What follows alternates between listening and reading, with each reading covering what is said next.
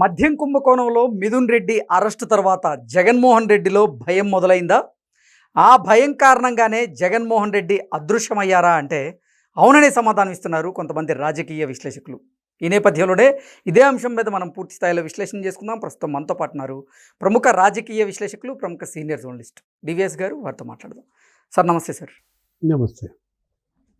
మద్యం కుంభకోణంలో మిథున్ రెడ్డి అరెస్టు తర్వాత జగన్మోహన్ రెడ్డిని భయం వెంటాడుతోందని, ఆ భయం కారణంగానే జగన్మోహన్ రెడ్డి అదృశ్యమయ్యారని, ప్రతి మంగళవారం తాడేపల్లి ప్యాలెస్లో ప్రత్యక్షమయ్యేటువంటి జగన్మోహన్ రెడ్డి గత మంగళవారం తాడేపల్లి ప్యాలెస్కి రాలేదని, ఈ మంగళవారం అయినా జగన్మోహన్ రెడ్డి తాడేపల్లి ప్యాలెస్కి వస్తాడా లేదా అనే దాని మీద వైఎస్ఆర్ కాంగ్రెస్ పార్టీలో తీవ్ర చర్చ మొదలైనటువంటి నేపథ్యంలో దీని మీద మీ విశ్లేషణ ఏంటి అంటే ఏం చెప్తారు సార్?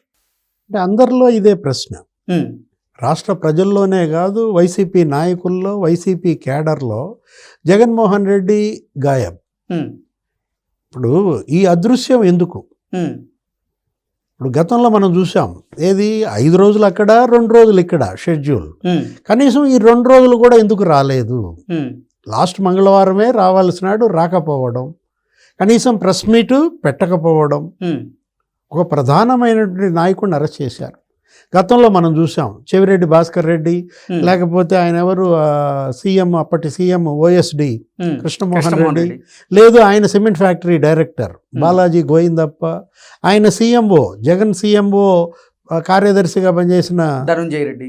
అప్పుడు అరెస్టుల్లో జరిగినప్పుడు జగన్మోహన్ రెడ్డి స్పందన లేదు.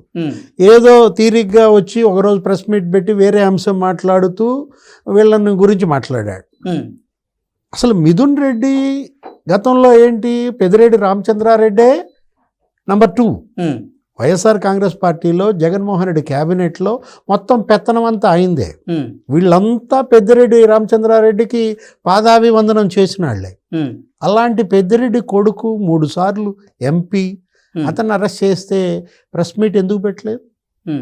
ఎందుకు ఖండించలేదు? ప్రెస్ మీట్ పెట్టకపోయినా అసలు బెంగళూరు నుంచి వీడియో రిలీజ్ చేయొచ్చు కదా.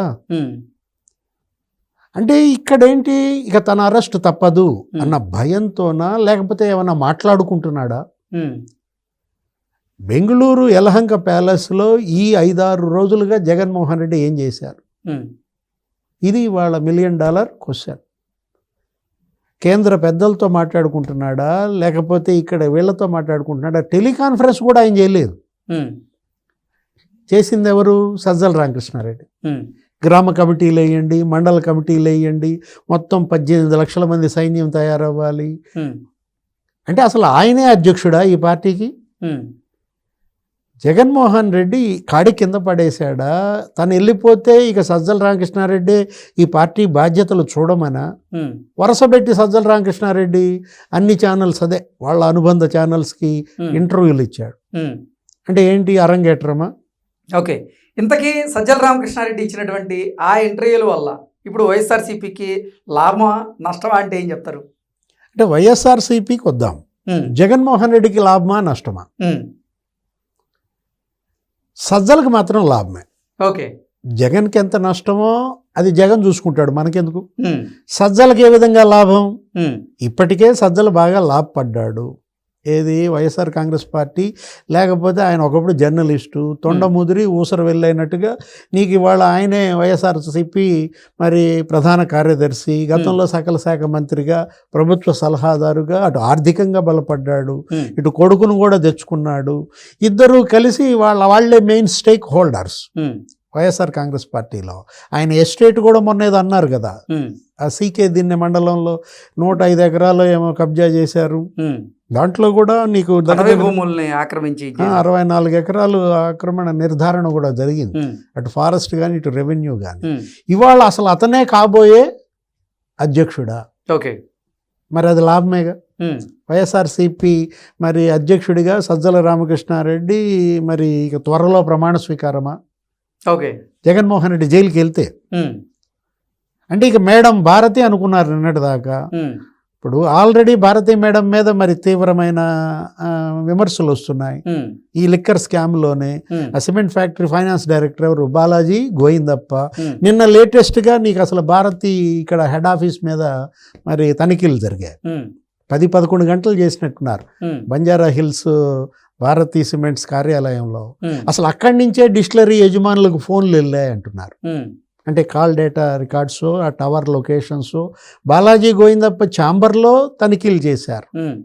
మొత్తం డాక్యుమెంట్స్ కొన్ని సీజ్ చేసినట్టున్నారు. అంటే భారతీ సిమెంట్స్ కాస్త అసలు భారతీ డిస్టిలరీస్ అయిపోయిందా? ఓకే, పేరు మార్చారా? అది సిమెంట్ ఫ్యాక్టరీయా, డిస్టిలరీయా? అది సిమెంట్ ఫ్యాక్టరీయా, బార్ అండ్ రెస్టారెంటా? అంటే మేడం పైన వచ్చినటువంటి ఈ విమర్శలు, ఈ పరిస్థితుల్లో ఇక సజ్జల రామకృష్ణారెడ్డి దిక్కు మొక్క.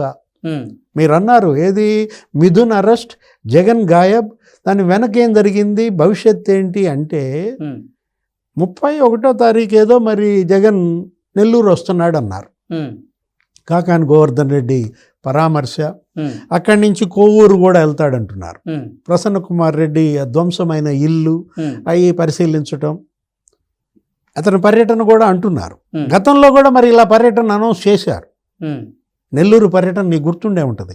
కాకాని గోవర్ధన్ రెడ్డి నెల్లూరు జైలుకి వెళ్ళి పరామర్శిస్తాడంటే అది క్యాన్సిల్ అయినట్టు. రేపైనా వెళ్తాడా, మళ్ళీ క్యాన్సిలా? ఏపీలో వారం రోజుల పాటు మరి అడుగు పెట్టకపోవటానికి కారణం ఏంటి? వస్తే అరెస్ట్ అవుతాడనా? ఆయనకి యలహంక ప్యాలెసే ఇవాళ ఆయనకి మంచి బందోబస్తు, మరి సురక్షిత ప్రదేశమా? అది దాటి వస్తే తనకి భద్రత లేదనుకుంటున్నాడా? ఒకవైపేమో అసలు ఆయన భద్రత అంటారు, బందోబస్తు అంటారు, అసలు ఎక్కడి నుంచో వచ్చారంటారు, రకరకాల కామెంట్స్ మనం చూస్తున్నాం. మరి ఈ పరిస్థితుల్లో మీరు తాడేపల్లి ప్యాలెస్కి వచ్చేసి మీరు రెస్ట్ తీసుకుంటే అది వేరే విషయం. అక్కడి నుంచి ఆయన టెలికాన్ఫరెన్స్లు చేసుకోవచ్చు, లేకపోతే అక్కడి నుంచి ఆయన ప్రెస్ మీట్ పెట్టచ్చు. ఇవి వదిలేసి ఉద్దేశపూర్వకంగా జగన్మోహన్ రెడ్డి ఎందుకు ముఖం చాటేస్తున్నాడు? ధైర్యంగా ఎదుర్కోవాలి కదా విమర్శలను కానీ ఆరోపణలు కానీ. ఫైట్ చేయాల్సినాడే పారిపోతే మరి క్యాడర్ నిలబడుద్దా? అదేమంటే వస్తాడు, వచ్చినప్పుడు మన జన సమీకరణ అంటారు, ఓ జనం ఎరగబడ్డారని బిల్డప్ ఇస్తారు. ఇప్పుడు డబ్బు వెదజల్లితే జనం రావటంలో వింతే ఉంది. మీరు మొత్తం సరఫరా చేస్తున్నారు మందుగుండు సామాగ్రి. మందుగుండు అంటే మళ్ళీ నువ్వు నిజంగానే టపాసులు అనుకునేవి.